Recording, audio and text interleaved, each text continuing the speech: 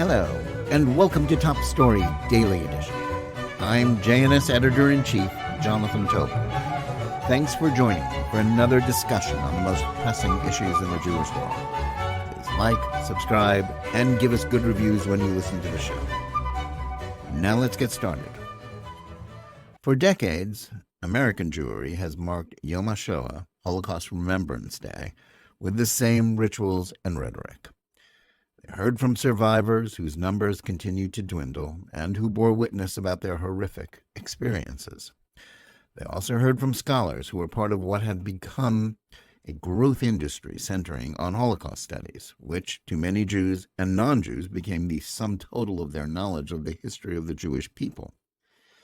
And they also heard from politicians and community leaders who mouthed empty rhetoric about never again letting such an awful thing happen. It was a necessary exercise because, not without reason, Jews feared that without the ceremonies, memorials, and museums that proliferated in the last few decades, the memory of the destruction of European Jewry at the hands of the German Nazis and their collaborators would be lost or erased. Preserving that memory will require continued work from Jews today and our successors. But after October 7th, 2023, and all that has happened since then, we cannot continue conducting these same rituals in the same manner as before.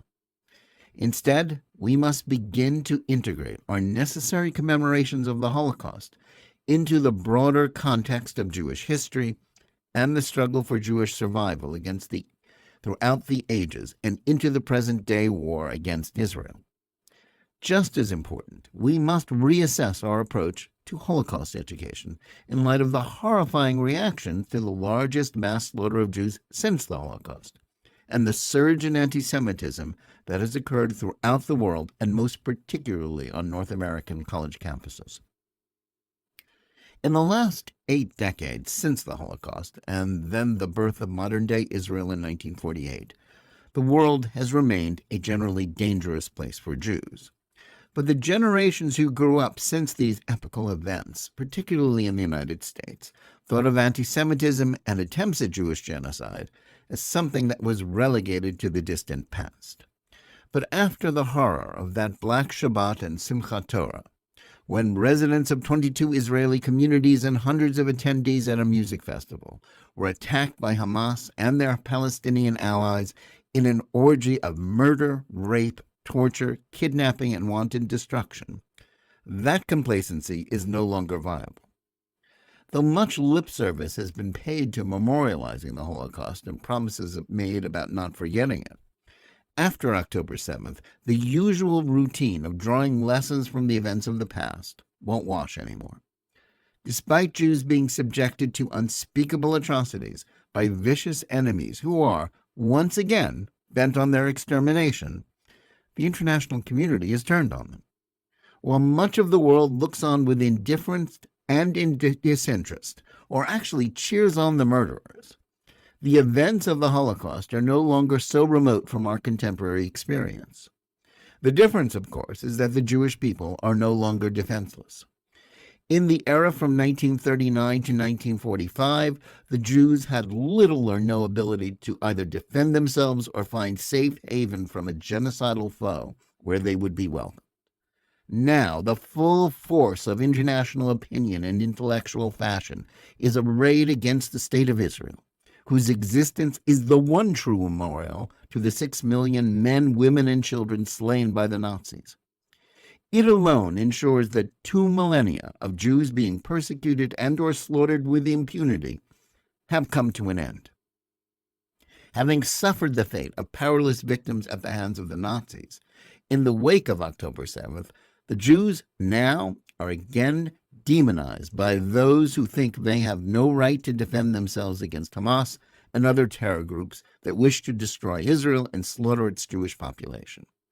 Despite being the party that was attacked, and, according to objective military observers, using more care in avoiding civilian casualties in the course of conducting urban combat than any other contemporary army, Israel's subsequent military campaign to eliminate Hamas is routinely smeared as a genocide. Indeed, the entire apparatus of international human rights advocacy and aid that was created in the wake of the Holocaust is now not only weaponized against the Jewish victims of Islamist attacks. How is that possible? As much as the conflict between Israel and its foes has always been a complex problem, the post-October 7th surge in anti-Semitism has nothing to do with the actual events of the current war with Hamas. It needs to be repeated that Gaza wasn't occupied on October 6th, and that the failure to create a Palestinian Arab state, aside from the one that existed in Gaza in all but name since Israel's 2005 withdrawal, is the result of repeated refusals from both the Palestinian Authority and Hamas to make peace or accept the legitimacy of a Jewish state, no matter where its borders might be drawn. If Israel is now routinely and falsely accused of being an apartheid state or committing genocide, it is due to the success of a leftist Islamist propaganda campaign that has convinced a considerable portion of young Americans, as well as those elsewhere, that it has no right to exist. Those who chant for its destruction or cheer on the prospect of more terrorism against Jews on college campuses have been indoctrinated in the toxic myths of critical race theory and intersectionality that analogize the war to destroy the one Jewish state on the planet to the struggle for civil rights in the United States. During the Holocaust, a Nazi movement steeped in racism convinced the citizens of the most educated nation on earth to see Jews as subhuman. Now, many of the most educated elements of American society have been seduced by a movement that dubs itself anti-racist, but that is predicated on the notion that we are all locked in a perpetual race war between white oppressors and victims who are people of color. Like all variants of Marxism, this woke ideology targets Jews and classifies them as white oppressors, even though the conflict with the Palestinians has nothing to do with race, and the majority of Israeli Jews are themselves people of color, since they trace their origins to the Middle East and North Africa. Jews suffering from a wave of anti-Semitism since October 7th is the result of the success that progressives have made in making this new secular religion the orthodoxy that prevails throughout academia and many other sectors of American society. As historian Niall Ferguson noted in his seminal Free Press essay, the treason of the intellectuals, much like the way the demonization of Jews was enabled by the educated classes prior to the Holocaust, contemporary elites have embraced this old new faith that also legitimizes Jew hatred. The woke lies have not gone unanswered, and the open advocacy for violence against Jews and the excesses of the student protests have shocked many Americans. But they are still repeated every day in much of the corporate liberal media and by leading political figures. Leading news outlets like the New York Times and the Washington Post, and broadcasters like MSNBC and CNN consider them ideas to be debated and which reasonable people should agree to disagree about, rather than anti-Semitic and racist falsehoods to be condemned. How then should we remember the Shoah in a time when Jews are once again under siege? We must start by no longer trying to isolate the Holocaust from the rest of Jewish history or contemporary struggles. The Shoah was a unique historical event that should not be treated, as it is by many Americans, as simply a metaphor for something very bad, as merely just a particularly egregious example of man's inhumanity to man. But it must also be seen as part of the narrative of Jewish history that stretches back to the destruction of the Jewish Commonwealth by the Romans to today. Sadly, many, if not most, of those involved in the spread of Holocaust education have sought to make its lessons palatable to non-Jews by universalizing its lessons. As a result, rather than being understood as an example of how anti-Semitism is hatred used for specific political purposes, it became merely seen as stemming from ordinary prejudice. That was mistaken, and in of itself, but it also made less likely that those who had undergone some sort of rudimentary Holocaust education, as is true of many, if not most, of today's college students, would be unable to understand how current woke ideas grant a permission slip to anti-Semitism. Indeed, the language of Holocaust education is now used against Israel and the Jews, with their enemies no longer using the vulgar, dehumanizing terms employed by the Nazis, but instead libelously accusing them of being genocidal racists. This means that as we honor the memory of the Holocaust, we must now do so without ever forgetting that Jews are once again under siege today, and we must do so without losing sight of the critical fact that the only difference between then and now is that the Jewish people are not as vulnerable as they were in the world that existed without Jewish sovereignty and military power. We keep being told that many of those who demonstrate in favor of an end to the current war that would leave Hamas alive and well and able to make good on its promises to repeat the horrors of October 7th again and again are well-meaning and simply sympathetic to the suffering of Palestinians.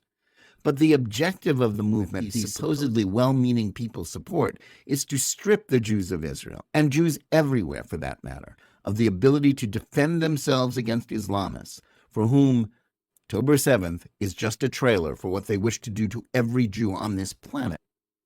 Simply put, if you are demonstrating for Hamas's survival, you are on the side of a group that wishes to repeat the Holocaust. No matter how well-intentioned you may claim to be, that makes you no different from those who view the Nazis, who had their own narrative of grievance, with equanimity. The German people suffered terribly as a result of the war that they launched. Yet today, those who claim to speak for humanitarian values believe that there can be no consequences for those who commit or condone, as is true for the overwhelming majority of Palestinians, the mass murder of Jews, and that Jews who defend themselves against genocide are the Nazis. Would those who demonstrate against Jewish self-defense apply the same lessons to the Allies, who in order to liberate the Nazi death camps had to kill many people, including civilians? By the same token, those who wish for universities and other institutions to engage in discriminatory commercial conduct that would divest from anything to do with Israel are not criticizing Israel's policies or leaders, but supporting a contemporary version of Nazi boycotts of Jews. It is also just as clear that the leftist Islamist attack on Israel is also aimed at the West and the United States. This debate over the war against Hamas is not one about whether Israel or its government or military are perfect, but about a struggle for the future of the West, much as was true of the war against the German Nazis. The Jews are, as they were during the Holocaust, the canaries in the coal mine, warning humanity of the dangers of tolerating genocidal hate. As we remember the Shoah, rather than stick to our usual routine of memorialization, it's time for decent people of all backgrounds and faiths to understand that the war on the Jews didn't end with the defeat of the Nazis. It continues to this day under new slogans, flags, and worse, with many of those who claim to stand for enlightened thought allowing the enablers of Jew hatred to pose as advocates for human rights and the oppressed. Those lies must not be allowed to stand. There can be no legitimate Holocaust Memorial Day observance without it being made clear that there can be no proper honor given to the 6 million slain by the Nazis without linking that struggle to those against the anti-Semites of our time. We must not tolerate those who shed crocodile tears for Jews murdered in the past, while tolerating, or even supporting policies that enable antisemitism in the present, envisioning Israel's destruction and the continued slaughter of Jews. If we cannot understand that, then invocations to remember what happened or ensured that it is never again allowed in this world, nothing more than pointless and counterproductive virtue signaling. Thanks for listening. Please remember to tune in every day for Top Story Daily Edition and every week for the full hour-long JNS TV program. Whether you're listening to us on Apple, Google Play, Spotify, or any of the other podcast platforms, or on the JNS YouTube channel, please like and or subscribe to Top Story, click on the bell for notifications, and give us good reviews. Please write to us at editor@jns.org and let us know where you listen or watch the show and what you think about it. And remember, keep reading and thinking for yourself.